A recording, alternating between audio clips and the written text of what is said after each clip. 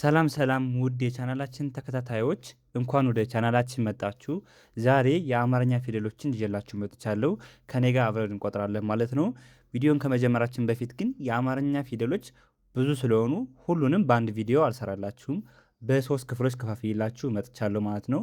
በመጀመሪያው ክፍል ከሀ ጀምሮ እስከ ተ ድረስ ያሉትን እናያለን ማለት ነው። በክፍል ሁለት ከቸ ጀምሮ እስከ ዠ ድረስ ያሉ ፊደሎችን እናያለን። በክፍል 3 ደግሞ ከ ጀምሮ እስከ የመጨረሻው ፊደል ፐ ድረስ ያሉ ፊደሎችን እናጠናለን ማለት ነው።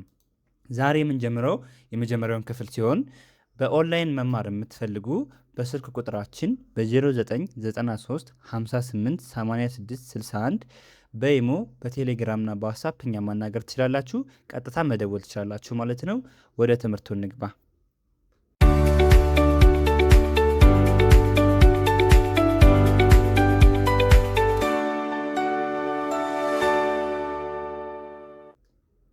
ሀ ሁ ሂ ሃ ሄ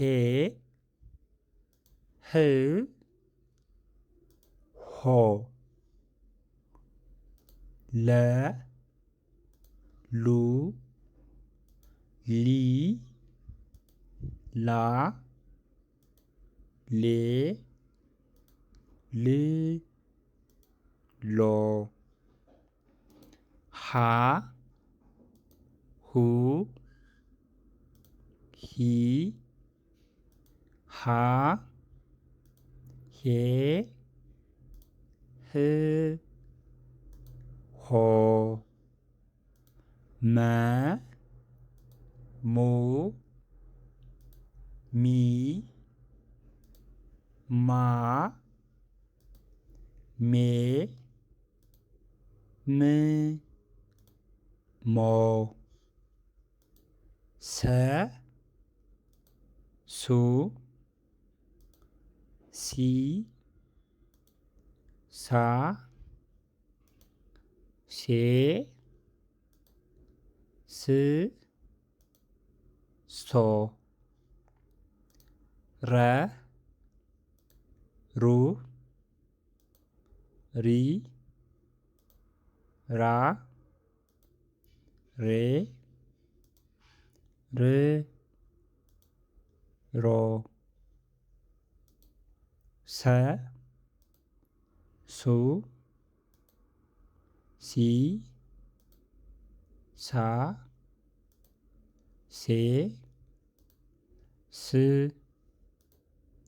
ሶ ሸ ሹ ሺ ሻ ሼ ሽ ሾ ቀ ቁ ቂ ቃ ቄ ቅ ቆ በ ቡ ቢ ባ ቤ ብ ቦ ተ ቱ ቲ ታ ቴ ት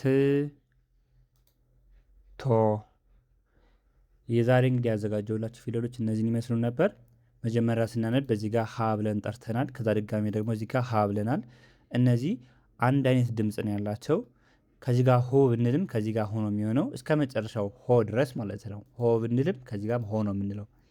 እነዚህ ፊደሎች ተመሳሳይ የሆነ ድምፅ ኑሯቸው ነገር ግን ምናቸው ይለያያል፣ ቅርጻቸው ይለያያል ማለት ነው። እነዚህ ምን እንላቸዋለን? ሞክሼ ፊደላት እናቸዋለን። ይችኛዋ ሀ ከዚችኛዋ ሀ ጋር አንድ አይነት ስለሆነች ማለት ነው። በተመሳሳይ ደግሞ ሰ ይችኛዋ ሰ ከዚችኛዋ ሰ ጋር ተመሳሳይ የሆነ ነገር አላት። ሱ ስንል ይችኛዋም ሱ ነው የምትሆነው። ሲ ስንል ይችኛዋም ሲ ናት። ተመሳሳይ ማለት ነው። ቅርጻቸው ተለይቶ ድምጻቸው አንድ አይነት ሲሆን ሞክሼ ፊደላት ወይም ደግሞ ተመሳሳይ ፊደላት እንላቸዋለን ማለት ነው። በሚቀጥለው ክፍል 2 ከቸ ጀምረን እነዚህ ሙሉ ፊደላቶች እስከ ዠ ድረስ ያሉት እናነባለን ማለት ነው። ስለዚህ አብራችሁን ስለነበራችሁ በጣም እናመሰግናለን። በኦንላይን መማር የምትፈልጉ ከሰኞ እስከ እሁድ ሙሉ ቀን እናንተ በሚመቻችሁ ሰዓት መርጣችሁ እያስተማርን ስለሆነ የአማርኛ ትምህርት ብቻችሁን በኢሞ በቴሌግራምና በዋትሳፕ ቴክስት አድርጉልን ወይም ደግሞ ደውሉልን። ፕሮግራም አመቻችተን በኦንላይን መማር ትችላላችሁ ማለት ነው። ቪዲዮ ከተመቻችሁ ቪዲዮ ላይክ ማድረግ፣ ቻናላችን ደግሞ ሰብስክራይብ አድርጋችሁ ክፍል 2 ክፍል 3 ቪዲዮ ስንለቅ እንዲደርሳችሁ አድርጉ። እናመሰግናለን።